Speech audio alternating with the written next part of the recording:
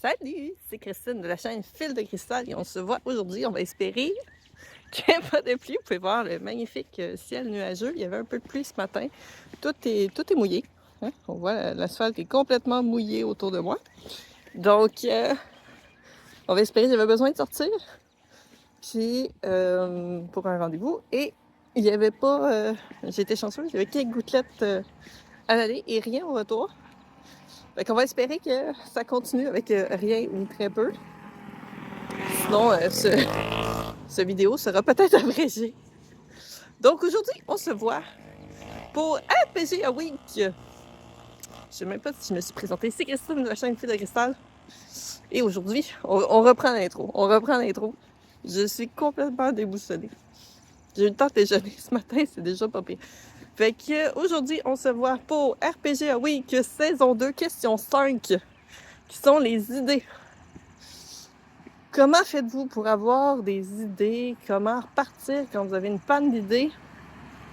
Comme joueur, comme maître de jeu. Moi, je vais étendre ça pour toute la créativité, pour l'inspiration, pour tout qui est même externe au jeu de rôle, parce que il n'y a pas de façon unique. Puis, des fois, ce qui marche pour quelqu'un ne marchera pas pour un autre, vice-versa. Puis des fois, quelque chose qui marche pour quelque chose de précis, pour un thème précis, peut aussi marcher pour quelque chose, un autre sujet. Fait que je vais vraiment l'étendre même pour comment je trouve mes idées sur qu'est-ce que je vais crocheter, comment je choisis des couleurs, comment je choisis... qu'est-ce qui m'inspire. Puis, il y a vraiment beaucoup de choses autour de nous qui peuvent nous inspirer.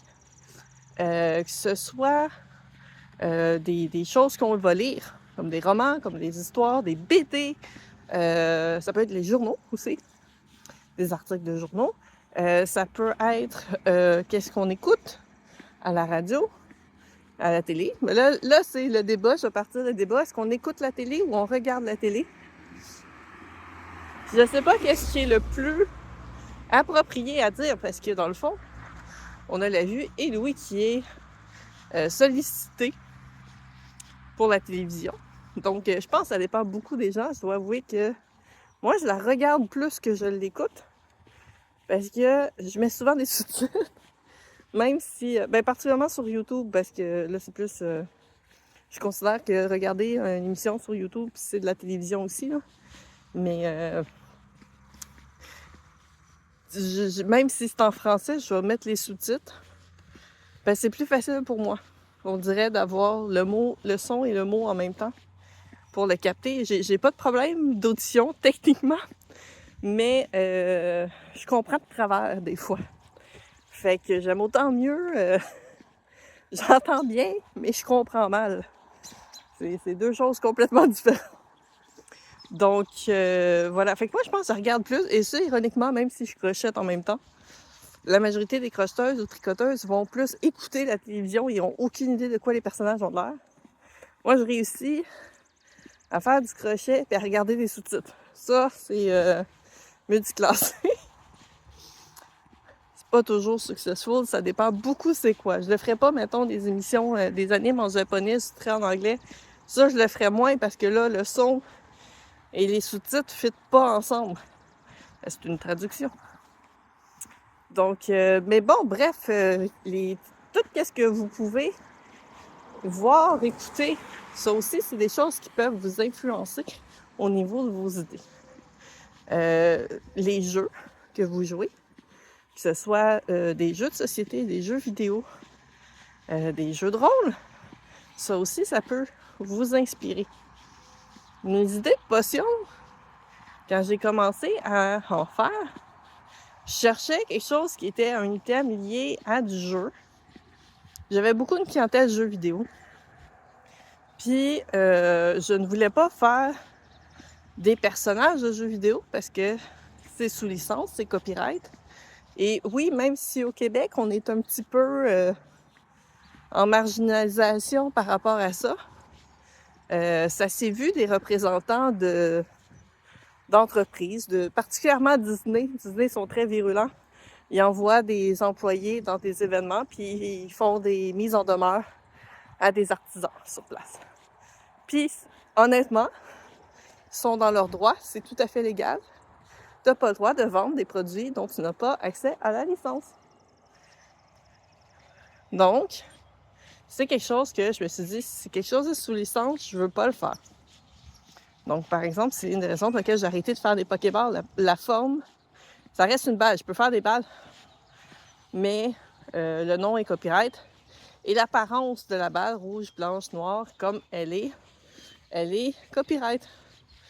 Donc, c'est quelque chose que, légalement, je n'ai pas le droit, sauf si je vais chercher la licence. Puis là, j'embarquerai pas sur comment c'est compliqué aller chercher des licences, mais c'est en plusieurs dizaines de milliers de dollars, si c'est pas des centaines de milliers de dollars. Vous comprendrez que je suis pas du tout à ce niveau-là financièrement pour quelque chose que je vendrais 5$, mettons. Fait que non, c'est pas... Fait que j'ai essayé de m'éloigner, fait que j'ai cherché des choses qui ont un lien avec le jeu de société, jeu de vidéo. Et que... Puis ça donne que les potions, ben c'est pas même pas juste dans les jeux de société ou jeux vidéo, jeux de rôle. T'en as dans les livres, t'en as dans Donjons et Dragons des potions. T'en as partout, n'importe quel univers médiéval, fantastique, ça va souvent parler de potions, de concoctions. Même dans le monde historique, ça va parler de potions si on y va avec les sorcières, le monde d'Halloween. Mais c'est comme, mais les potions, c'est la vie. Puis tu peux avoir autant des potions positives que des potions négatives. Ben, j'ai fait comme, ben je vais faire ça, puis une potion rouge, puis potion bleue, c'est pas copyright. Tous les jeux peuvent utiliser ça. C'est pas quelque chose qui a été mis sous licence. Moi, je me souviens les premières fois que j'en ai vu, ça va être dans le jeu Diablo, le premier, suivi très rapidement par le deuxième. Je pense qu'il y a 1 an entre les deux, entre les deux jeux. Mais il y a plein de jeux qui ont repris le principe de ça. Potion rouge pour la vie, potion bleue pour mana ou énergie. Donc ça, j'ai fait comme, mais c'est parfait. Puis là, ben, il y a plein d'autres types de potions qui sont utilisées dans plein de jeux. Puis même, ça me fait penser, ma fille, elle a un jeu qui s'appelle Potions mathématiques. Un jeu québécois par la compagnie Placotte, qui est excellent comme jeu, pour vrai. Ma fille tripe bien raide là-dessus. Puis, avec le nom Potion mathématiques, vous vous doutez que c'est pour aider à apprendre à compter. C'est à partir de 3 ans. Là, je suis pas commanditée ou quoi que ce soit, mais juste parce que ma fille tripe là-dessus ces derniers temps. Fait que si vous avez des enfants dans ce 3 je pense que c'est 3 à 7 ans, parce qu'il y a des niveaux en plus. Fait que la boîte devient un chaudron. Vous avez vraiment le fond du chaudron avec un carton qui a un trou dedans. Vous avez 10 types d'ingrédients qui peuvent aller de une pâte de grenouille, un fromage malodorant, si on se fie à l'image, des bossales qui ont des vers dedans. Non, c'est la banane qui est pourrite avec des vers dedans. C'est vraiment, là, c'est parfait comme...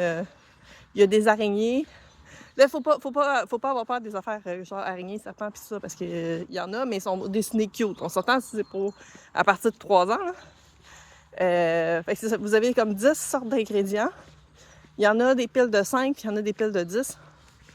Puis vous avez un livret à spirale que vous tournez les pages. Puis chaque page, c'est une recette. Donc ça va vous dire, par exemple, vous avez besoin de 2 araignées, 3 pattes de grenouille, puis un œil. Fait que dans les niveaux débutants, vous avez 3 ingrédients qui vont être listés. Après, ça tombe 4 ingrédients. Puis, chaque page, ça va être avec... Mettons que j'ai besoin de 3 pattes de grenouille, bien, il va y avoir 3 fois le dessin de la patte de grenouille. Fait que l'enfant, il peut compter chacune des pattes, puis il va recompter les pattes qu'il met dans son chaudron. Puis là, ben en plus, j'avais déjà crocheté un petit truc de sorcière avec... c'est un truc chapeau. On peut s'en servir comme truc dehors. Puis elle a une petite baguette crochetée aussi. Fait que là, elle, ça y prend son chapeau de sorcière puis sa baguette, bien entendu, parce qu'elle fait des potions magiques. Puis, fait que là, tu mets des ingrédients dans la boîte, puis là, tu mélanges ça. Puis là, tu fais une petite formule magique.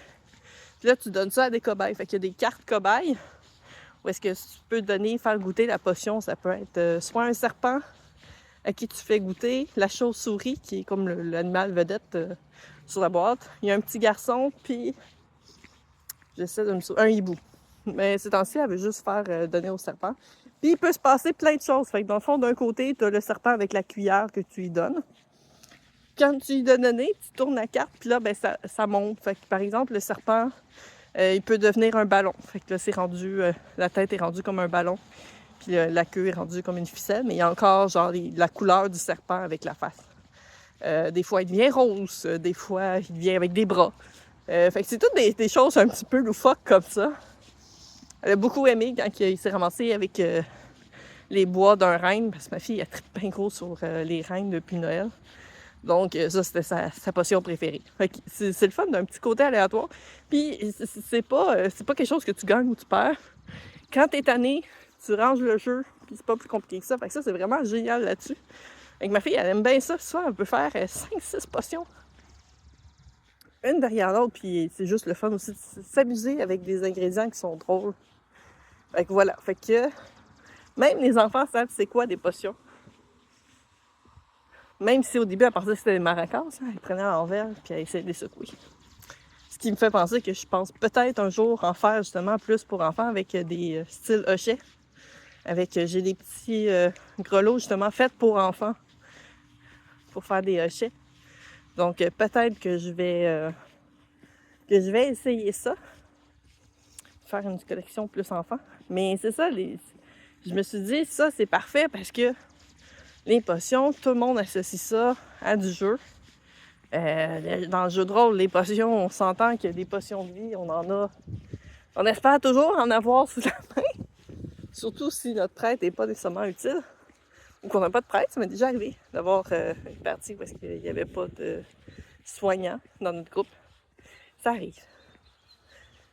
Donc voilà, c'était quelque chose que moi, ça m'a comme fait, il faut que je trouve de quoi qui reste geek. Puis c'est sûr, des créatures, je peux faire un dragon, j'ai pas besoin que le dragon, ça soit Spirou ou pas Spiro, mauve et jaune. Ça n'a pas besoin d'être lui, ça n'a pas besoin d'être Smog, je pense, dans le Seigneur des Anneaux. Je prends tout croche. C'est pas une bonne journée pour prononcer aujourd'hui. Ça peut être très générique. Les gens vont triper parce que c'est un dragon, ou les licornes. Les gens vont triper parce que c'est une licorne puis elle est jolie. J'ai fait un phénix. J'ai fait un bébé phénix. C'était pas fume sec de Harry Potter, c'était un phénix. Puis je pense que c'est elle que j'ai eu la plus belle réaction quand la personne l'a pris. Mais c'est vraiment... Il y a plein de créatures fantastiques que je peux faire, qui sont liées à des jeux de rôle, à des jeux vidéo. Un des choses que je veux faire bientôt, puis c'est un peu un défi créatif, je veux faire un Cerbère.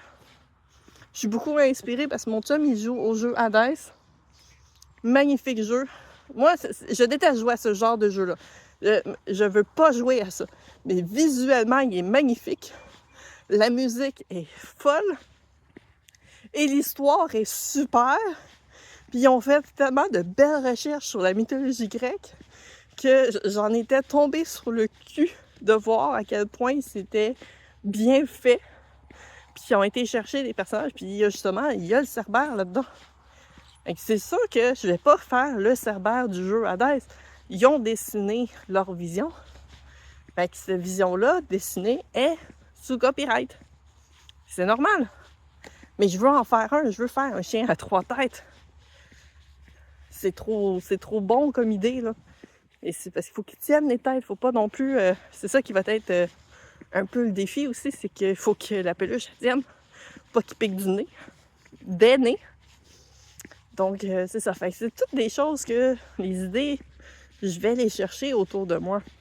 Puis dans le jeu de rôle, souvent, je vais m'inspirer d'univers que j'ai lu pour créer soit mon personnage en tant que joueuse. C'est sûr que, comme DM, le seul jeu que je DM, il se passe dans la période romaine historique. Fait que je vais me baser sur mes connaissances en histoire que j'ai de cette période. Que j'ai fait des cours là-dedans, donc je vais me baser vraiment sur le côté historique, mes recherches que j'ai faites là-dessus pour cet univers-là. Mais c'est sûr qu'il y a des choses qu'il faut improviser aussi. Puis des fois, je lisais, par exemple, il se passe, il y a tel temps, puis ils vont passer à côté pour chercher une information. Ben, ils vont entendre un brouhaha. Après, c'est aux joueurs de voir s'ils veulent y aller ou pas. T'sais, c'est sûr, s'ils vont pas, je vais pas faire il semble y avoir un brouhaha qui serait peut-être très intéressant à aller investiguer. Non, tu sais, je décris qu'est-ce qui se passe, grosso modo, puis après ça, c'est eux qui décident qu'est-ce qu'ils font avec l'information. Puis eux vont peut-être me donner d'autres idées. Mais c'est toutes les choses, les idées, puis des fois, on a vraiment ce vide-là. Justement, je pense que c'était une partie de la question, parce qu'il me semble qu'il y avait plein de questions. Des fois, on a un vide, on a besoin, il faut faire autre chose, il faut prendre une pause. Et c'est très important, quand tu es dans un moment trop créatif, de prendre une pause et de faire autre chose. Puis tu sais, c'est pas genre, ça fait trop longtemps que je DM, je vais être joueur pour me retrouver des idées de DM. Parce que t'es encore dans le même jeu. Je dis pas si tu changes vraiment d'univers là, ou de personnes avec qui t'es. Des fois aussi, changer de personne dans notre entourage, ça peut aider. Mais le vent se lève et je commence à recevoir des gouttelettes. On va essayer de briser ça. Mais c'est ça, comme moi, par exemple, une des choses que je fais des casse-têtes. Quand que je suis rendue, de toute façon, si je repose mon bras, quand je fais trop de crochets, c'est un mouvement répétitif. Donc, ça peut causer des problèmes au bras et ça m'est déjà arrivé de ne pas pouvoir crocheter pendant 6 mois de temps parce que je m'étais vraiment fait très mal. Donc, c'est ce genre de choses. C'est sûr qu'en jeu de rôle, c'est rare que tu vas te créer des blessures de ce genre-là. Sinon, t'en as lancé en Moses DD. Mais, il commence à avoir de pluie. Fait que, ce que je fais, c'est ça. Je fais des casse-têtes. Il y a un autre type de mouvement. Encore là, il faut que je fasse attention. Apparemment qu'il y en a des gens qui se sont blessés en faisant des casse-têtes parce qu'il y a des compétitions de speed puzzling. Donc, casse-tête de vitesse. J'ai juste vu en anglais, fait que je sais pas en français c'est quoi, les compétitions de vitesse de casse-tête. D'assemblage. Faudrait que je cherche parce que je pense qu'Imaginaire en fait en plus des compétitions de ça au Québec. Puis, ben, c'est ça, il y en a une qui est au Canada, assez blessée parce que justement, on en faisait trop. Puis, veux pas, ça reste. Quand tu vas vite, ça reste un mouvement répétitif. Donc, c'est toujours de faire attention là-dessus. Fait que, mais non, moi, je vais pas en compétition de vitesse, puis tout ça. Moi, je le fais à mon rythme. J'ai d'ailleurs un casse-tête avec des potions, il est magnifique. Ça me rappelle qu'il faut que je fasse ma vidéo sur ma collection de casse-têtes, parce que moi, les casse-têtes avec des petits chats couchés sur un fauteuil ou un décor d'hiver avec deux rouges-gorges en avant-plan. C'était pas des rouges-gorges, c'était des cardinaux. C'est pas mon genre de casse-tête. J'en ai fait. Je viens d'en décrire 2 que j'ai déjà eu. Mais c'est pas le genre de casse-tête que je fais. Moi, j'essaie d'aller faire des trucs avec des dragons, puis des licornes, puis justement, j'ai un casse-tête de potions. Je pense qu'il y a 12 potions de couleurs différentes. Je l'ai vu, j'ai fait comme je le veux. Puis, j'ai des casse-têtes qui sont basés sur une mythologie du monde entier, par exemple. J'en ai qui sont... j'ai une collection qui est...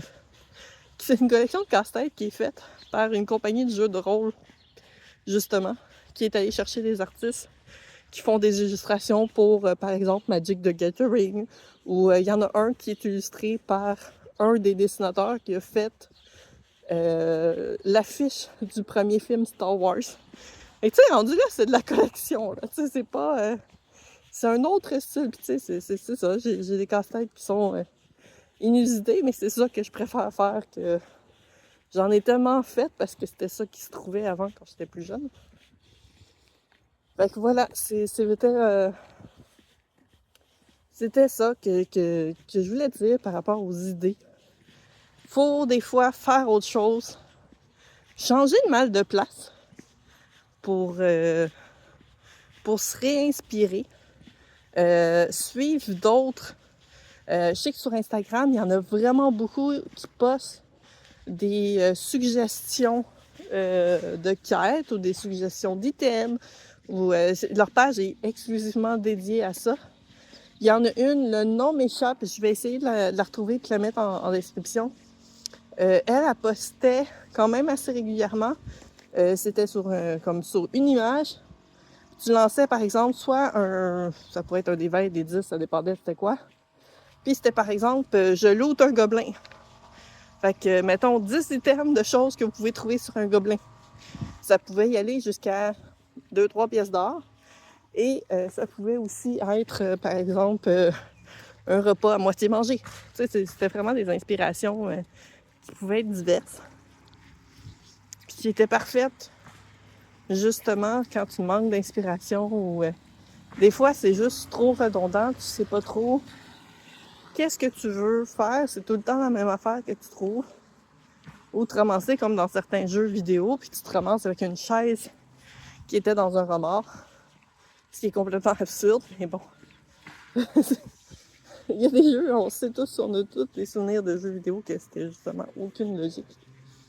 Mais c'est bon de pas avoir justement cette illogicité, à moins que ce soit le but de votre campagne. Ça peut être extrêmement drôle aussi de faire ça. Fait que...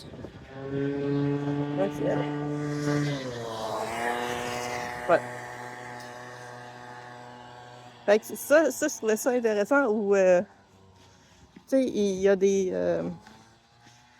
il y en a un que c'est justement One Page Dungeon, si ma mémoire est bonne, que sur une page, t'as une map de donjon avec qu'est-ce que tu vas trouver dans le donjon comme créature, qu'est-ce que tu vas trouver comme trésor.